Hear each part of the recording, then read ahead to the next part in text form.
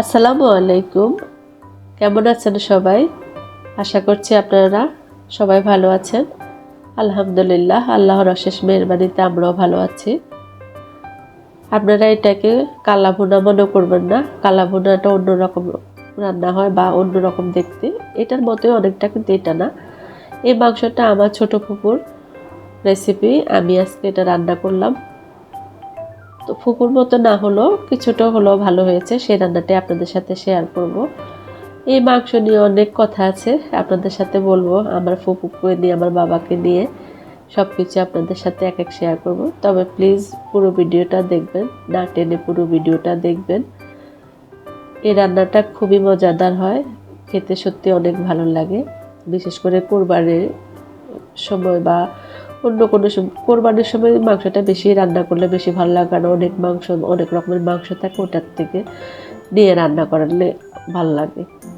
এই যে একটা নয়নতারা, এটার এই গাছটা, এই ফুলটা আমার এখানে নাই। আগে এই ধরনের মানে নয়নতারারই গাছ ছিল সাদাটা। আর এটা, এই ফুলটাই বৃষ্টিতে কোথাও উপরে কোথাও বারান্দা থেকে আমার এখানে এসে পড়েছে বাতাসে। ফুলটা হাতে নিয়ে দেখলাম, অনেক ভালো লাগে আমার নয়নতারা।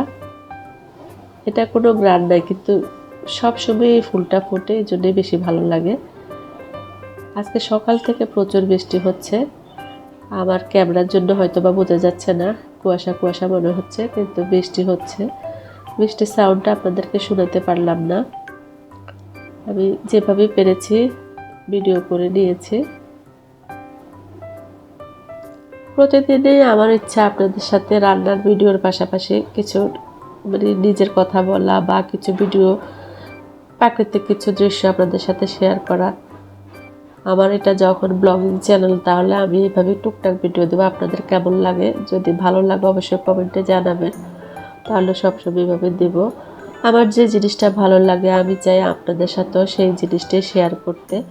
বৃষ্টি পছন্দ করে না এরকম কেউ মনে হয় নাই, তবে কম বেশ সবাই আমরা বৃষ্টি খুব পছন্দ করি। মেঘলা আকাশটা অত ভালো লাগে না। যাক, সেসব কথা। আমি মাংসটা বসাবো। এখানে আমি সয়াবিন তেল দিয়ে দিয়েছি। এখানে একটু তেলের পরিমাণটা বেশিই লাগবে। বিসমিল্লাহির রহমানির রহিম বসিয়ে দিলাম রান্নাটা। তেলের পরিমাণটা একটু বেশিই লাগে। আমি এখানে প্রথমে একটু যতটুকু মানে অর্ধেকের পরিমাণে তেল দিয়েছি, বাকিটুকু আমি ফোড়নে দেব। এখানে দারুচিনি আর এলাচটা দিয়ে দিলাম। এই মাংসটা একটু রান্না করাটা একটু খেয়াল করবেন, তাহলে আপনারা, আমি যেভাবে রান্না করেছি আপনাদের কাছে ওভাবে রান্না করলে ভালো লাগবে।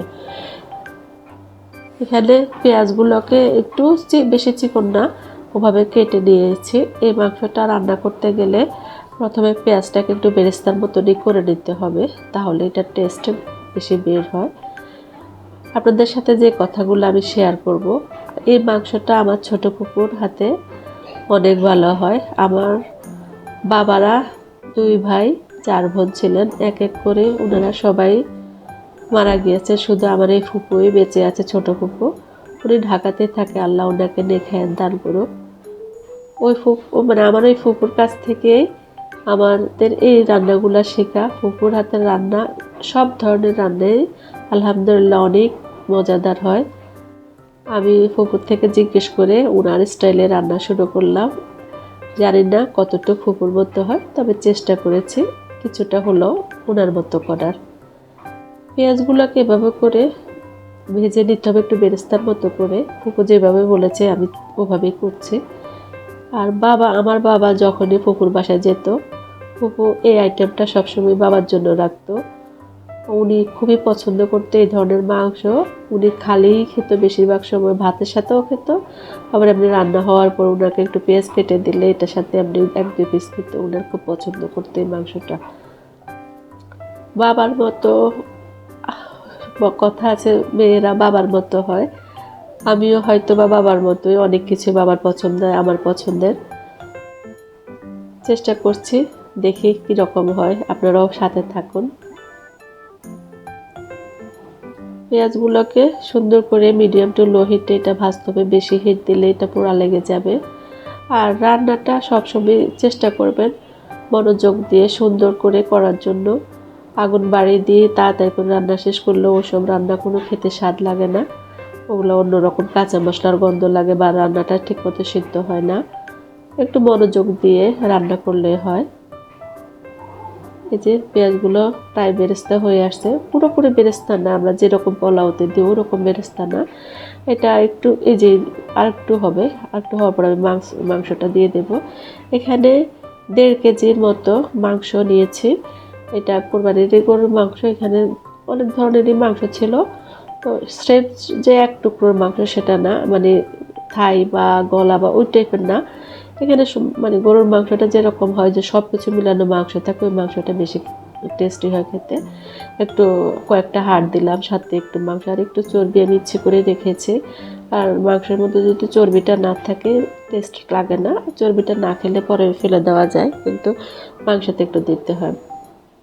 মাংসটাকে দিয়ে দিলাম প্রথমে, এখানে মাংসটা দিয়ে একটু নেড়ে দিচ্ছে।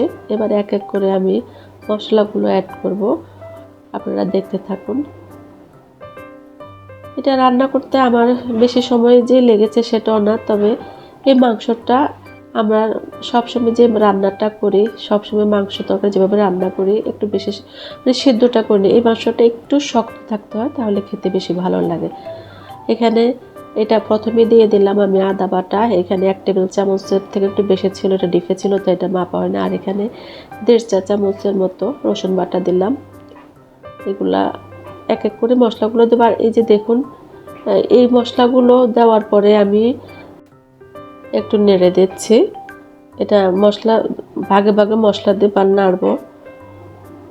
আমরা সবসময় যেভাবে মাংসটা পাক করি এটা তার থেকে একটু ব্যতিক্রম, আপনারা রান্নাটা খেয়াল করলে বুঝতে পারবেন।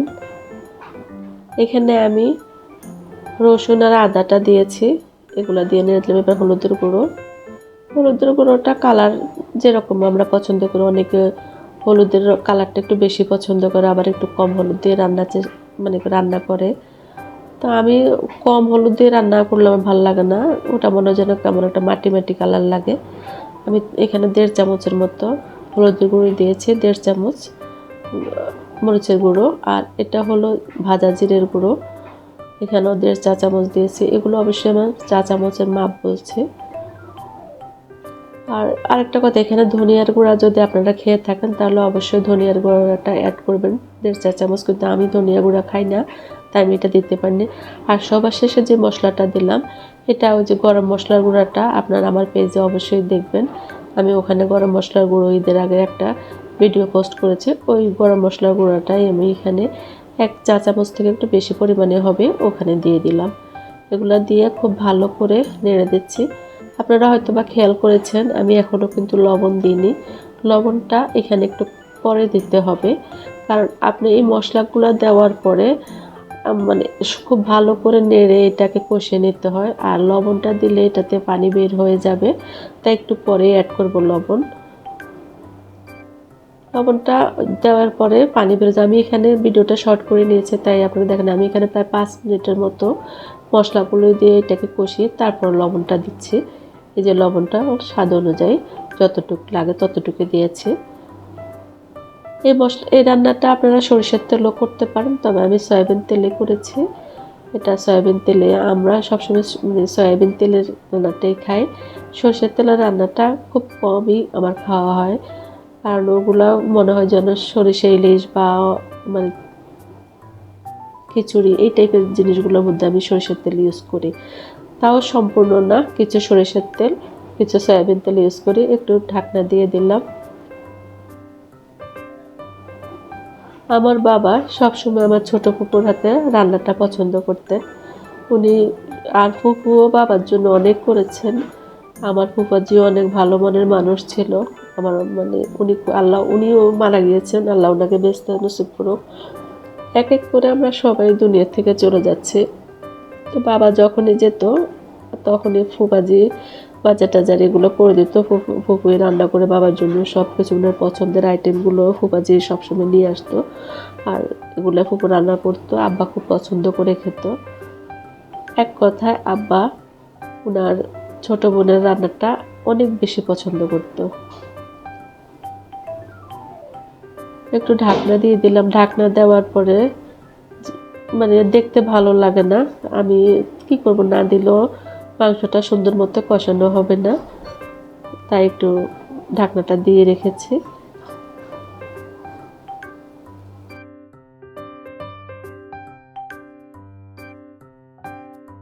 আমার বাবার বাড়িতে বেশিরভাগ কষানো জিনিস মানে কম ঝোলের জিনিসগুলোই বেশি পছন্দ করে, কিন্তু আমার শ্বশুর বাড়িতে না। আমি এই রান্নাটা আজকে করব, জানি না ওরা বাবা ছেলেরা পছন্দ করে কিনা।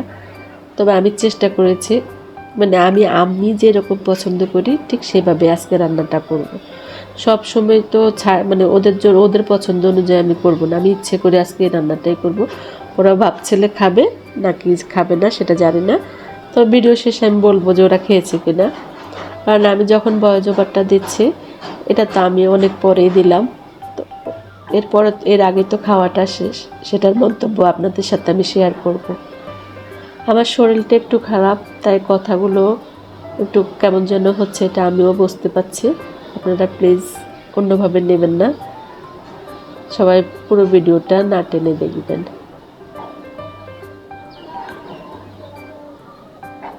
এই রান্নাটা করতে ভাগে ভাগে পানি দিয়ে কষাতে হয়। আমি প্রথমে না, আমি অনেকবারই আপনাদেরকে বলেছি, আমি মাংস তরকারিগুলো বিশেষ করে গরু মাংস, খাসির মাংস আমি যখন রান্না করি আমি কম ঝোলে বারবার কষিয়ে নিই, এতে মশলাটাও বারবার কষানো হয়, ভাজা হয়, তাহলে মাংসটা খেতে বেশি ভালো লাগে। এই যে দেখুন মাংসটা কীরকম কষানো হয়েছে। এখন কিন্তু আমি মানে লাস্টে ঝোল যেটা সেটা আমি দিইনি, সেটা দিব, আপনাদেরকে দেখাবো। মাংসটাকে কয়েকবার, এখানে আমি 4-5 বার পানি দিয়ে এটাকে কষিয়ে নিয়েছি। এখানে পরিমাণ মতো পানি দিয়ে কষিয়ে নিতে হয়। এই যে এখন দেখুন আমি কষানো শেষে আমি কিন্তু পেঁয়াজ বাটা অ্যাড করব, কারণ আমি যে যতটুকু পেঁয়াজ আমি দিয়েছি, মানে 7-8টার মতো মিডিয়াম সাইজের পেঁয়াজকে আমি বেরেস্তার মতো করে প্রথমে ভেজে তারপর মাংসগুলো দিলাম। আর বাকি যে যতটুকু, মানে আমি 14-15টার মতো পেঁয়াজ দিয়েছি, বাকিগুলোকে আমি একটু পেস্ট করে দিয়েছি একটু গ্রেভিটা ভালো আসার জন্য। এই পেস্টটা সবার পরে বলতে মাংসগুলো কষানোর পরে দিতে হবে, কারণ প্রথমে দিলে এটা লেগে যাওয়ার সম্ভাবনা থাকে, তাই পরেই দিলাম। আর আপনার পেঁয়াজ বাটাটা অনেকে ইউজ করে না, অনেকে কাটা পেঁয়াজ দিয়ে রান্না করে, তবে পেঁয়াজ বাটাটা একটু মানে সম্পূর্ণটা না দিয়েও যদি হাফ পরিমাণে দেওয়া হয় তাহলে গ্রেভিটা অনেক ভালো হয় আর খেতেও ভালো লাগে। আপনার পাতলা ঝোল যেটা সেটা হয় না, একটু গ্রেভি ভালো থাকে। আপনারা এভাবে দিয়ে দেখবেন, ভালো লাগবে। আবারও ঢাকনা দিয়ে দিলাম।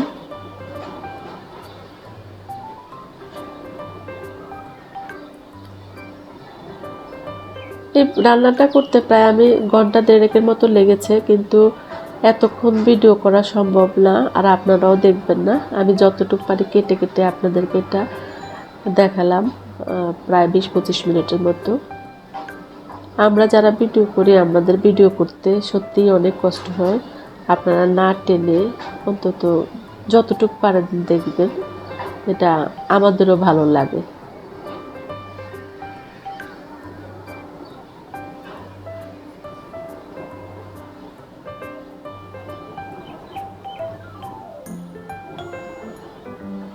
আমি আমার দাদের রেসিপিও আপনাদের সাথে শেয়ার করব। আমার দাদের হাতে রান্নাও ভালো ছিল। আমরা মানে আমার মা জেঠি আমার দাদির থেকে অনেক রান্না শেখা, তো ওনাদের রান্নাগুলো অনেক টেস্টি হয়। আমার মা জেঠির রান্না অনেক টেস্টি হতো। আমার জেঠি মারা গিয়েছে, মা বেঁচে আছে আলহামদুলিল্লাহ। আমার দাদির রান্না অনেক মজা হয়, ওগুলো আপনার সাথে এক এক করবো, আমি শেয়ার করব। ওরকম না হলে ওনারা তো লাকড়ি চুলায় রান্না করতো তখন, ও রান্নাগুলো সত্যি অনেক অসাধারণ হয়। এখনও লাকড়ি চুলার রান্না সত্যি অনেক ভালো হয়, আর পাটা পিষা রান্না করা মশলা দিয়ে রান্না করলে অনেক ভালো হয়। এই দেখুন কীরকম ঝোল হয়েছে, এটা আর একটু নেড়ে দিচ্ছি আমি।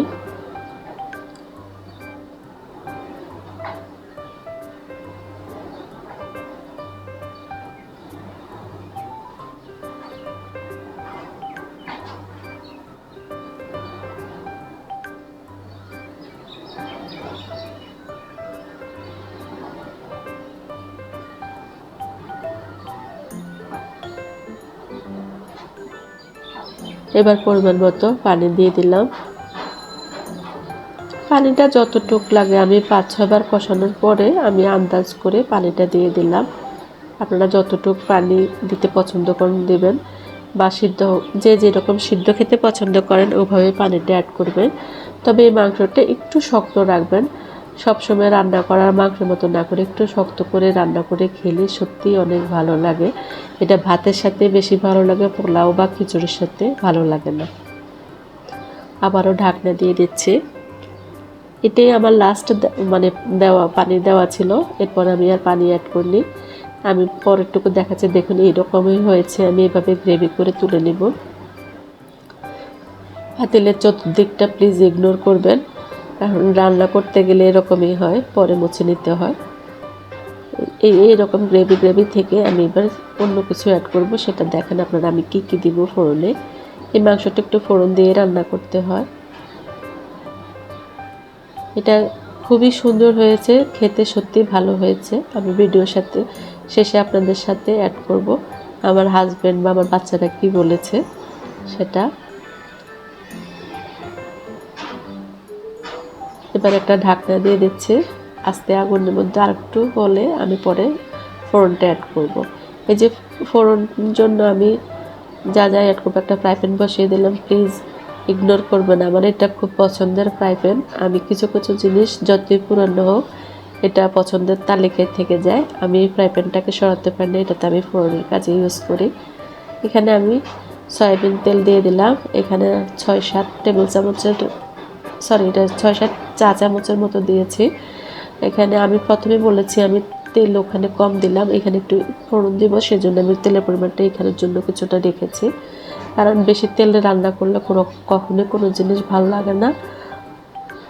এবার তেল দেওয়ার পরে আমি কি কি জিনিস অ্যাড করব সেটা দেখুন। এখানে আমি দারচিনি দিলাম, এলাচ দারচিনির ফোড়ন দিয়ে প্রথমে ফোড়নে দিব। এখানে কয়েক টুকরা দারচিনি এলাচ সহ দিয়ে দিলাম।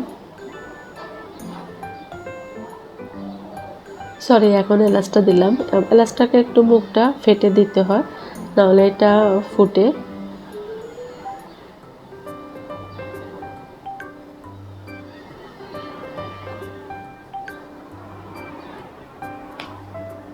আর এটা দিলাম জিরে, এখানে হাফ চা চামচের মতো জিরে, শুকনো মানে গোটা জিরেকে দিয়ে দিলাম। আর এই যে আদা আর রসুন এগুলাকে কুচি করে দিলাম। জিরে ফোড়নটা দেওয়ার পরে আমি আদা রসুনটা দিয়ে দিলাম। এরপর আমি পেঁয়াজ অ্যাড করব।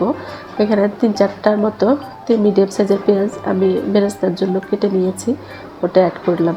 প্রথমে দিলাম এলাচ দারুচিনি, তারপরে জিরে দেওয়ার পরে আমি রসুন আর আদাটা দিয়েছি, তারপরে আমি পেঁয়াজটা অ্যাড করেছি। আপনারা খেয়াল রাখবেন, এভাবে যদি করেন সত্যি অন্যরকম একটা টেস্ট পাবেন এই মাংসটাতে। এবার আস্তে আস্তে নেড়ে দেব।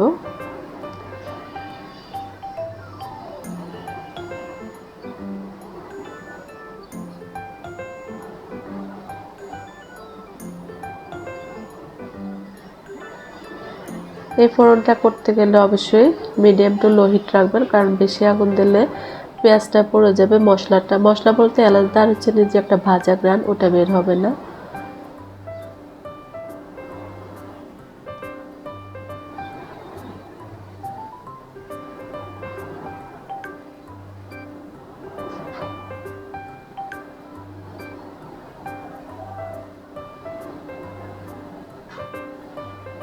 ফুপুর সাথে সকালবেলায় কথা বলে নিয়েছি। আমি জানি ফুপু এইভাবেই রান্না করে, তারপরও আরেকটু শিওর হওয়ার জন্য ফুপুর সাথে সকালবেলায় কথা বলে নিয়েছে যে ফুপু কীভাবে রান্না করব।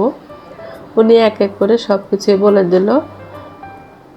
তারপরও কেন জানি ফুপুর মতো হয় না, যতই আমরা চেষ্টা করি ফুপুর মতো হয় না। মনে হয় যেন ফুপু অন্য কোনো মশলা ইউজ করে যেটা আমাদের সাথে শেয়ার করেন না। তো ফুপু কখনোই মিথ্যা কথা বলেন না, সেটা তো অবশ্যই জানি। মাঝে মাঝে আমরা দুষ্টমির ছলে বলি আপনার সিক্রেট মশলাটা কিন্তু আপনি আমাদেরকে বলেননি কি মশলা দেন। উনি বলেন যে আমি এগুলোই দিই। আসলে একই মশলার রান্না আমরা এক একজনের হাতে এক এক রকম হয়, সেটা আমি নিজেও বুঝি, কিন্তু দুষ্টামি করি আমরা ফুপুর সাথে অনেক ফ্রি। আমার ছোট ফুপু আমাদের সাথে অনেক ফ্রি, অনেক কথাবার্তা বলে। একটু হলুদের গুঁড়ো দিয়েছি আমি, মানে কোনো তরকারিতে যদি আমি ফোড়ন দিতে যাই বা পেঁয়াজ বেরেস্তা দিই, তখন আমি ওখানে একটু হলুদ অ্যাড করি, কারণ সাদা জিনিসটা আমার কাছে ভালো লাগে না। একটু অ্যাড করে দিয়েছি, আর দেখতেও কালারটাও যেমন সুন্দর হয়, ভালোও লাগে। এগুলা অল্প আগুনে আস্তে আস্তে ভাজতে হবে। রান্নাটা তো একটা আর্ট, আমরা এখানে যদি ধৈর্যের পরিচয় না দিই তাহলে হবে না।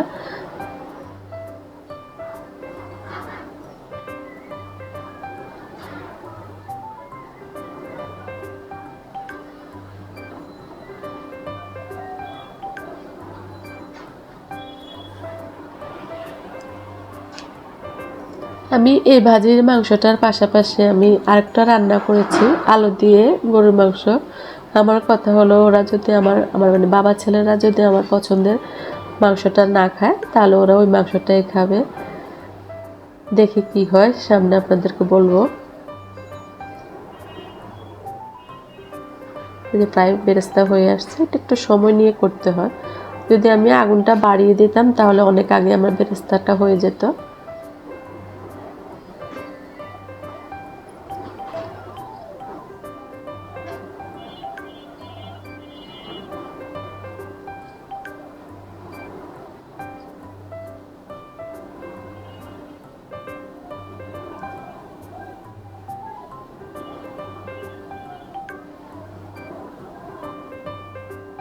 আমি নিজেও বুঝতে পারছি পাতিলের জন্য বেরেস্তাটা দেখতে খারাপ দেখা যাচ্ছে, তো আসলে হাতের কাছে এটাই ছিল, এই জন্য এখানে বসিয়ে দিলাম। আমার বসিয়ে দেওয়ার পর আমার মনে হলো যে আমি তো এটা ভিডিওর জন্য নিচ্ছি, ওরা চেঞ্জ করিনি। বললাম যে যারা আমাকে ভালোবাসে তারা আমার যেভাবেই রান্না করি পছন্দ করে অবশ্যই দেখবে ইনশাল্লাহ।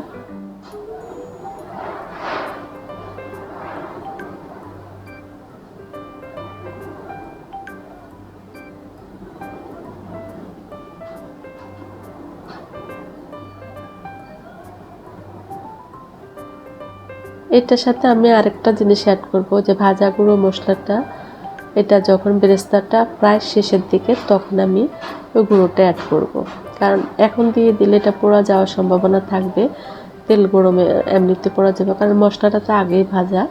তাই আমি একটু পরে অ্যাড করবো এটার সাথে, তাহলে আরও বেশি সুন্দর গ্রান হয়।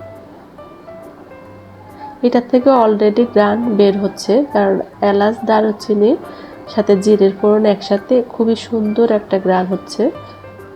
আমি ওটাও অ্যাড করবো, এই যে দিয়ে দিলাম, এটা হাফ চা চামচের মতো দিয়েছি, কারণ আমি রান্নাতেই মশলাটা অলরেডি ইউজ করেছি, শুধু এখানে ফোড়নের জন্য একটু গ্রানটা হওয়ার জন্য অল্প পরিমাণে মাংসটা মানে মশলাটা অ্যাড করেছি। এই যে দেখুন মশলাটা মাংসটা আমার রান্না শেষ, আর ফোড়নটা আমি এবার দিয়ে দিচ্ছি। দেখুন লাইটের কারণে রান্নাটা এমন দেখা যাচ্ছে। আমি আমার মানে তখন খুবই বৃষ্টি হচ্ছে আর অন্ধকারে ছিল, লাইটটা আমার ব্যাক সাইডে ছিল, ওই জন্য কালারটা ওইভাবে মানে চুলার ব্যাক সাইডের লাইটটা, তো কালারটা ওইভাবে আসছে না। আর আমার কিচেন হুডের লাইটটা নষ্ট, ওই জন্য কালারটা আপনাদের দেখাতে পারছে না। এই ফোড়নটা দেওয়ার পরে আমি 5 মিনিট ঢাকনা দিয়ে রেখেছি, কারণ এটা আমি 5 মিনিট খুলবো না। আর এটা খুবই কম আগুনে বসানো, একেবারে খুবই কম লো হিটে বসানো ছিল তখন। 5 মিনিট পরে আমি তারপর এটা নাড়ব। আপনারা এই ধরনের মাংস রান্না করতে গেলে বা কালো ভুনা রান্না করতে গেলে ফোড়ন দেওয়ার পরে 5 মিনিট পর্যন্ত অপেক্ষা করতে হয়, কারণ মশলাটার যে গ্রানটা ওটা মাংসতে ঢোকার জন্য। আর নাড়তে থাকলে এটা খোলা থাকে, তখন মাংসের গ্রানটা চলে যায়। এই যে 5 মিনিট হওয়ার পরে দেখুন আমি এবার নেড়ে দিচ্ছি। সত্যি খুবই মজাদার হয়েছে। এবার আমি বলছি আমার হাজব্যান্ডকে, আমি যখন খেতে এসেছে আমি 2 ধরনের মাংস তার সামনে দিলাম, বললাম যে এটা হলো আমার পছন্দের মাংস, এটা আমার বাবার বাড়িতে যেভাবে রান্না করে ওভাবে, আর এটা আমি পছন্দ করে আমি আমার মতন করে রান্না করেছি, আর এটা হলো নরম করে মাংসটা আলু দিয়ে রান্না করা, তোমার যেটা ইচ্ছা সেটা খাবে। সে সত্যি আমার ওই ভাজা মাংসটা এনে নিল, বললো যে একটু শক্ত হয়েছে কিন্তু অনেক টেস্টি। আমার 2 ছেলেই বললো যে আম্মু সত্যি অনেক মজা হয়েছে, তবে একটু শক্ত। ওটাই বললাম যে এই ধরনের মাংসটা একটু শক্ত খেতে হয়, মানে ওরা নরম খেতে খেতে এখন মনে হয় যেন একটু শক্ত ওরা খেতে পারে না। তবে সত্যিকারই সবাই অনেক পছন্দ করে খেয়েছে। আর আমার 2 ছেলেরই একই কথা, নানুর হাতের, মানে ওরা আমার ফুফুকে নানু বলে, নানুর হাতের মতো হলেই হবে, মানে নানুর রান্না ওরা খুব পছন্দ করে। আমি সকালবেলা যখন এটা বললাম যে আমি এই মাংসটা রান্না করব, ওরা বলে যে নানুর সাথে আগে যোগাযোগ করো, ফোন করো, নানু কীভাবে রান্না করে সেটা খেয়াল শুনে তারপর তুমি রান্না করবা। তো ওদেরও খুব পছন্দ হয়েছে, তবে একটা কথা, নানুর মতো হয়নি, নানুর থেকে শিখবা। সব শেষে এইটাই ওদের মানে বক্তব্য। আমার হাজব্যান্ড আলহামদুলিল্লাহ অনেক পছন্দ করে খেয়েছে, আর সত্যি অনেক মজাদার হয়েছে। আপনারা অবশ্যই এভাবে রান্না করে খাবেন। সবাই ভালো থাকবেন। অনেক কথা বলে ফেললাম। সবাই ভালো থাকবেন আর সবাই দোয়া করবেন একে অপরের জন্য। আল্লাহ যেন সবাইকে ভালো রাখে, নেক হায়াত দান করে। আর আল্লাহ যেন আমাদেরকে এমনভাবে হেদায়েত করে, উনি যেভাবে পছন্দ করে ওভাবে যেন আমরা চলতে পারি। আল্লাহ হাফেজ।